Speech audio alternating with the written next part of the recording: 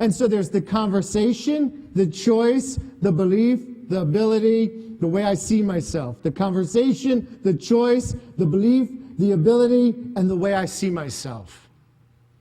Did you just see? It's a cycle.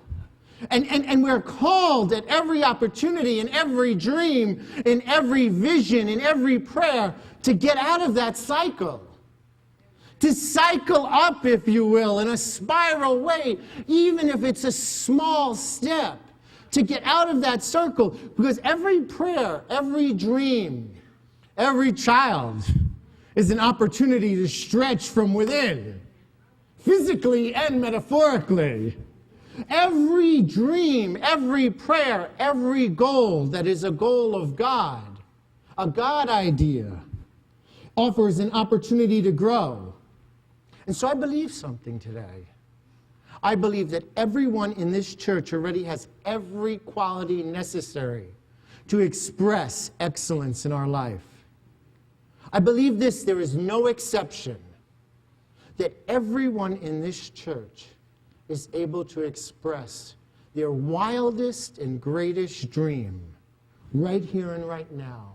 That you have every quality available if you choose to believe. And so then if you believe this with me, then we can never find ourselves in a crisis. Because if you believe that everything is always available to move you through anything, there can be no crisis. What we repeatedly tell ourselves becomes what we believe that we are. And so expressing excellence really begins with making a lot of decisions. It doesn't have anything to do with who or what is outside of us. It really moves through what we decide about the inside of us. Every decision is a result, as we just saw, of an inside conversation. You know, we read ancient words, and ancient words do have wisdom. The prophet Isaiah said in the 54th chapter and 2nd verse, "Enlarge the sight of your tent. Let the curtains of your habitations be stretched out. Do not hold back. Lengthen your cords and strengthen your stakes." Enlarge the sight of your tent. We understand the tent represents our mind. The tent is the place where the conversations take place. Enlarge the conversations in your mind. Let the curtains of habitations be stretched out. Now look at this scripture. Enlarge the tent doesn't tell us we need to move the tent. See, that's called a geographical healing. When we try and move ourselves from a situation that's not working and expect that the other situation or the new situation will work, but we haven't changed the conversation inside of us. See, because what happens is you can move the tent from here, to Pembroke Pines. But then when the tent is put down and it's grounded and it's staked and it's corded and I unzip it, there I am waiting for me. Because I haven't changed the conversation. So I could have bigger dreams, but if I'm telling myself the same small song, then the dreams are never going to move. That's what I'm saying. It's letting go of who I am now that just propels us to the answer of every prayer.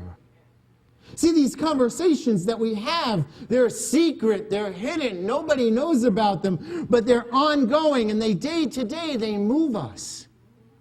They move us in a direction. And so what I say is, if you look at that scripture, don't hold back. Choose the direction that stretches. Choose the direction that lengthens. Choose the direction that strengthens the stakes.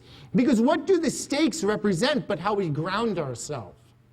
What holds us down? Are you grounded in God? Or are you grounded in fear? Are you grounded in potential? Or are you grounded in the news? Are you grounded in that prayer request, or are you grounded in the anxiety that it's not going to be answered? If we decide today as a crisis church, then everything we see is through a lens, and it's no different than the projector above my head. It projects crisis into the world. Even if there is no real crisis, we will talk one, see one, speak one, and project one right into the very existence of an opportunity. And so the invitation is to talk about solutions. That when someone comes up to you with a problem, to recognize talking about the solution enlarges the tent. Talking about the possibility stretches us out.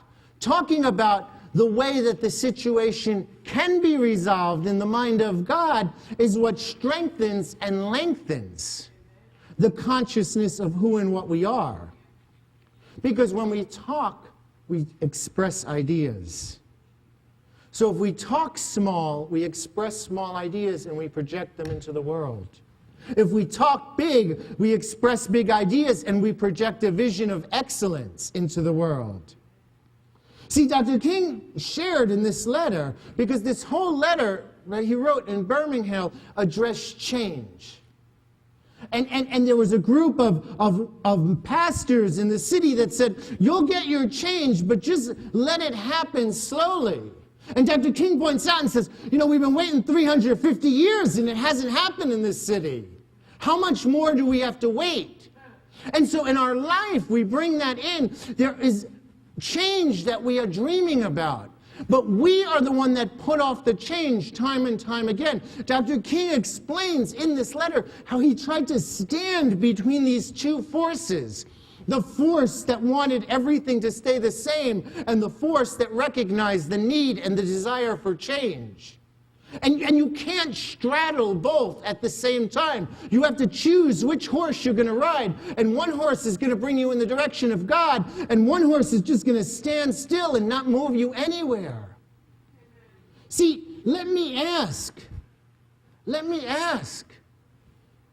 is there anyone here that really wants something to change? There's nothing wrong with that.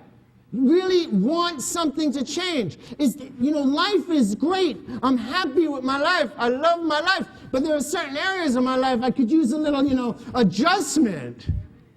And I'm okay with that, because the acceptance that there's an area of my life that I want to see more of myself show up begins in awareness.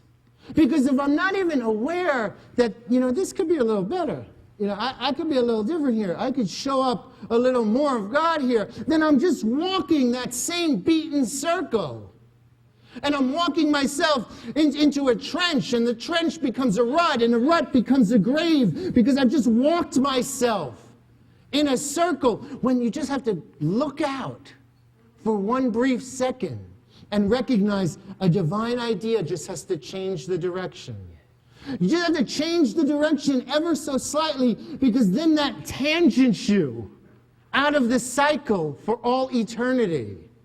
There is some moment where we can do something if we're dissatisfied with an area of our life.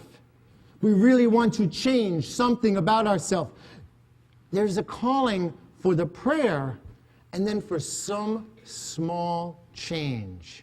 Some direct action, as Dr. King calls for, to take some small step in our perception about who we are in any situation absolutely will change the outcome.